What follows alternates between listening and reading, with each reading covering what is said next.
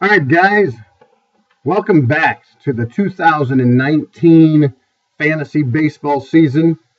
We're going to start some of these videos off with some small reminders, maybe some little tips and or things you want to think about as you get ready for this upcoming season.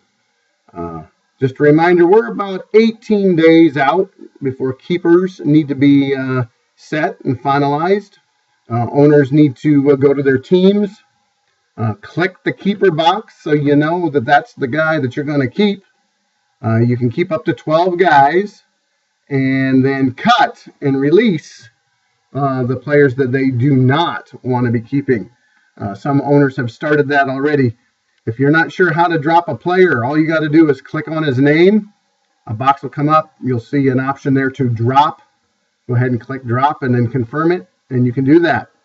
Word of warning just a little bit. If you drop a player pretty early, we haven't even had any spring training games yet, you can't really pick them back up. So some owners do like to cut the dead weight right now. Other owners like to kind of wait and see how spring training is going, especially if they have some, 50-50 keepers where they're not quite sure whether they want to keep them or not. So keeper date is March 10th at noon. And then our auction date, the day that we're all excited for, is March 17th at 1 o'clock. It'll be online. It'll be in the auction room there. Hopefully year 2 of that. We did that last year. It goes a little smoother. I know it's been a whole year since we've done it, so it might take a little time to get readjusted to it. So don't want to make this first video very long. I'm going to try to split up some little tidbits here and there as we approach the auction. And today I want to focus on roster composition. We have had some changes in our league this year to our scoring system and our roster composition. And today I want to focus on some changes that have occurred on your roster. The first one being we no longer will be drafting 2 catchers. We'll just be drafting 1. Really, I've done a lot of listening to podcasts and doing some research, and really the level of talent at the catcher position is really low. Most of those catchers are going for $1 a piece anyway, and really the wave that most leagues are going in the year 2019 is to go away from 2 catcher leagues to just 1. So we're going to try that this year. That means in our league, if no catchers are kept at utility, we're looking at 11 catchers being drafted, and then obviously you could put 1 at utility, and some could be drafted in the reserve draft after the auction is over.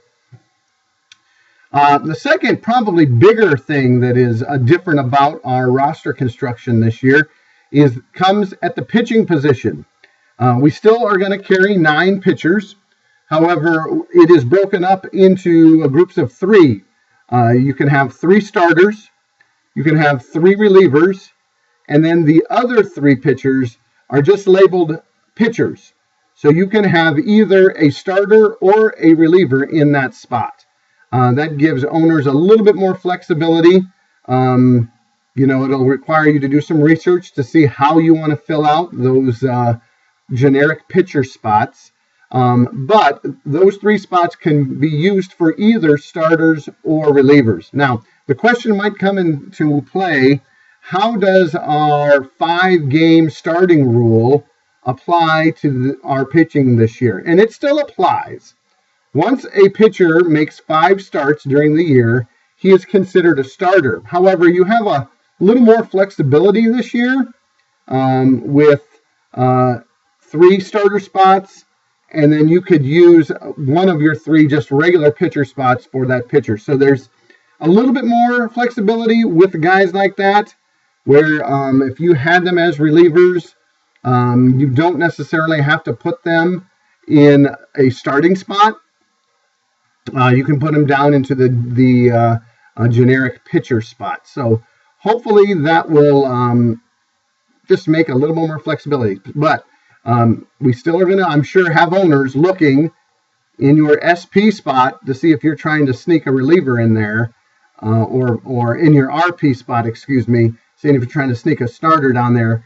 and they will probably let me know that they need to be moved either to a starting spot or to the pitcher spot and get you out of the relievers. So, guys, just pay attention. Take a little time. It doesn't take long to go on to the league settings. Look under the roster composition so you know what positions are being drafted this year. Our next video, I will highlight some of the scoring changes. Oh, by the way, I almost forgot. I do believe this year we do have 2 injured reserve spots also on our roster. This was primarily from the request of Brian, but I'm sure some other owners may have wanted that as well.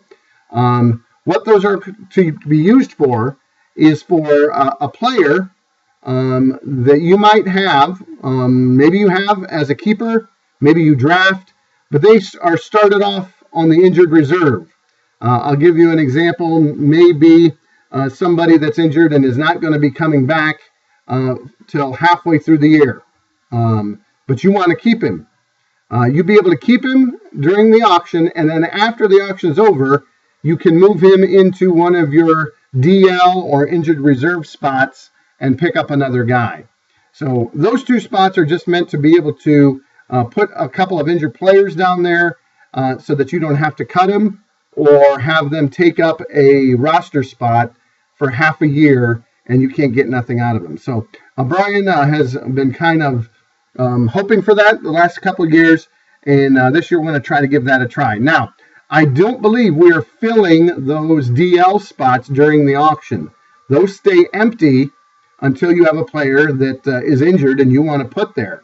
But once you put a player there, then you would be able to pick another guy up and put him on your active roster. So hopefully that I guess gives you guys a little bit more flexibility with your rosters, allows you to keep guys that you like that are injured, and not have to store them in an active roster spot where they're getting no points for half of a year for you.